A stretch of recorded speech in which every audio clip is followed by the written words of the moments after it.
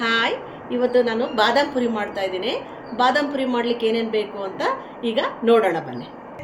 ಬಾದಾಮ್ ಪುರಿ ಮಾಡಲಿಕ್ಕೆ ಮೊದಲನೇದಾಗಿ ಮೈದಾ ಹಿಟ್ಟು ಬೇಕು. ಈ 250 ml ಕಪ್ಪಿಂದ ನಾನು 1.5 ಕಪ್ಪು ಮೈದಾ ಹಿಟ್ಟು ತೊಗೊಳ್ತೇನೆ. ನಂತರ ಸಕ್ಕರೆಯನ್ನು 1.5 ಕಪ್ ಅಷ್ಟು ತೊಗೊಳ್ತೇನೆ.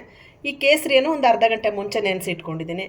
ಒಣ ಕೊಬ್ಬರಿ ಒಂದು 1/4 ಕಪ್ ಅಷ್ಟು ತೊಗೊಂಡಿದ್ದೀನಿ. 1 ಟೇಬಲ್ ಸ್ಪೂನಷ್ಟು ಗಸಗಸೆ ತೊಗೊಂಡಿದ್ದೀನಿ. ಒಂದು 80 ml ಅಷ್ಟು ನಾನು ತುಪ್ಪ ತೊಗೊಂಡಿದ್ದೀನಿ.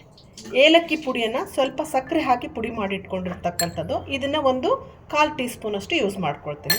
ನಂತರ ಮೈದಾ ಹಿಟ್ಟನ್ನು ಕಲಿಸ್ಲಿಕ್ಕೆ ಒಂದು 60 ml ಅಷ್ಟು ವಾಟ್ರನ್ನು ತೊಗೊಂಡು 1.5 ಕಪ್ಪಷ್ಟು ಸಕ್ಕರೆ, ಅದಕ್ಕೆ ಒಂದು 80 ml ಅಷ್ಟು ವಾಟ್ರ್ ಹಾಕಿ ಸ್ಟವ್ ಹಾಕಿ ಪಾನಕ ಮಾಡ್ಕೋಬೇಕು. 1 ಕಪ್ಪು,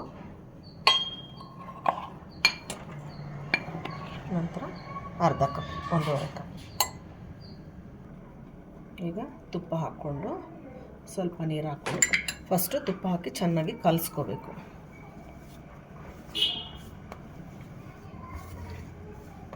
ಈ ಥರ ಕಲಿಸ್ಕೋಬೇಕು ಚೆನ್ನಾಗಿ.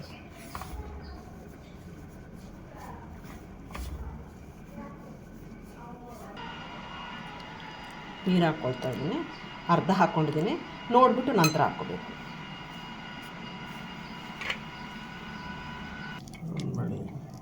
ಕಲಸಿದೆ, ಈ ಥರ ಇದೆ.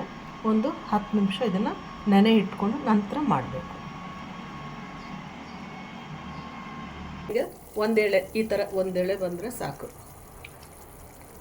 ಇಷ್ಟು ಬಂದರೆ ಸಾಕು. ಈಗ ಇದು ರೆಡಿ ಆಗಿದೆ. ಇದರಿಂದ ಸ್ವಲ್ಪ ನಾನು ಹುಳಿ ಮಾಡ್ಕೊಳ್ತಾ ಇದ್ದೀನಿ. ಈ ಥರ ದೊಡ್ಡದಾಗಿ ಮಾಡಿಕೊಂಡು ಆಮೇಲೆ ಸಣ್ಣ ಸಣ್ಣದು ಮಾಡ್ಕೊಳ್ತೀನಿ. ಈಗ ಈ ಥರ ಹುಳಿ ಮಾಡ್ಕೊಳ್ತಾ ಇದ್ದೀನಿ. ಅದರಲ್ಲಿ ನಮಗೆ ಒಂದು ಏನಿಲ್ಲ ಅಂದರೆ ಒಂದು 20, 1.5 ಕಪ್ಪಿಂದ ಒಂದು 20 ಬಾದಾಮ್ ಪುರಿ ಆಗುತ್ತೆ. ಈ ಥರ ತೆಳ್ಳಗೆ ಹಾಳೆ ಉದ್ಕೋಬೇಕು. ನಾನು ಎಣ್ಣೆ ಕಾಯಿಸ್ಲಿಕ್ಕೆ ಇಟ್ಟಿದ್ದೀನಿ. ಹೀಗೆ ತೆಳ್ಳಗೆ ಉದ್ಕೊಂಡ್ಬಿಟ್ಟು ಫೋಲ್ಡ್ ಮಾಡ್ಕೋಬೇಕು. ಈ ಥರ ಹೀಗೆ ಫೋಲ್ಡ್ ಮಾಡಿಕೊಂಡು ಕರಿಬೇಕಾಗುತ್ತೆ. ಈ ಥರ ಲಟ್ಸ್ಕೊಂಡು ಈ ಥರ ತಟ್ಟೆಯಲ್ಲಿ ಇಟ್ಕೋಬೇಕು. ಮತ್ತು ಈ ಪಾನಕಕ್ಕೆ ನಾನು ಒಂದು 1/4 ಟೀ ಸ್ಪೂನಷ್ಟು ಏಲಕ್ಕಿ ಪುಡಿಯನ್ನು ಹಾಕ್ಕೊಳ್ತಾ ಇದ್ದೀನಿ.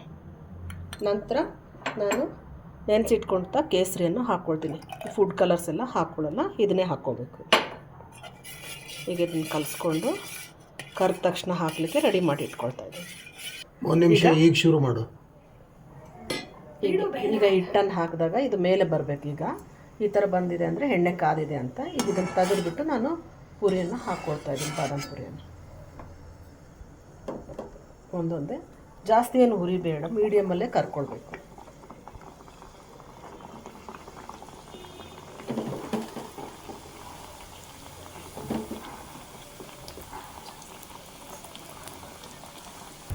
ಈಗ ಈ ಥರ ಗೋಲ್ಡನ್ ಬಣ್ಣ ಬರಬೇಕು, ತಿಳಿ ಗೋಲ್ಡನ್ ಬಣ್ಣ. ಪಾನಕದಲ್ಲಿ ಹಾಕ್ಕೊಳ್ತಾ ಇದ್ದೀನಿ.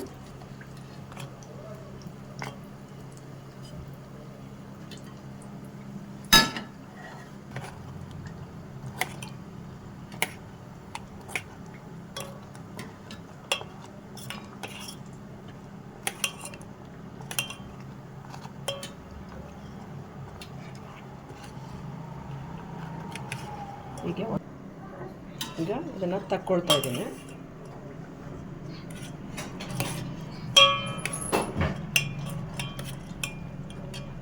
ಒಂದೊಂದು ತಕ್ಕೊಳ್ತಾ ಇದ್ದೀನಿ.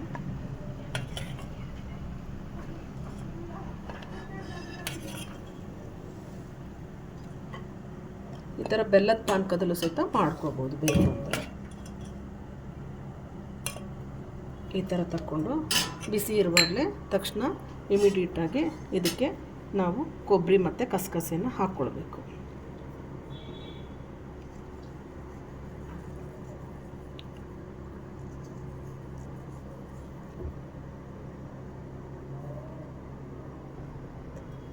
ಈಗ ಬಾದಾಮ್ ಪುರಿ ರೆಡಿಯಾಗಿದೆ. ಸೊ ನೀವು ಮನೆಯಲ್ಲೇ ಇದೇ ರೀತಿ ಬಾದಾಮ್ ಪುರಿ ಮಾಡಿಬಿಟ್ಟು ಟೇಸ್ಟ್ ಮಾಡಿ ನೋಡಿ, ಲೈಕ್ ಮಾಡಿ, ಶೇರ್ ಮಾಡಿ. ಬಾಯ್ ಬಾಯ್.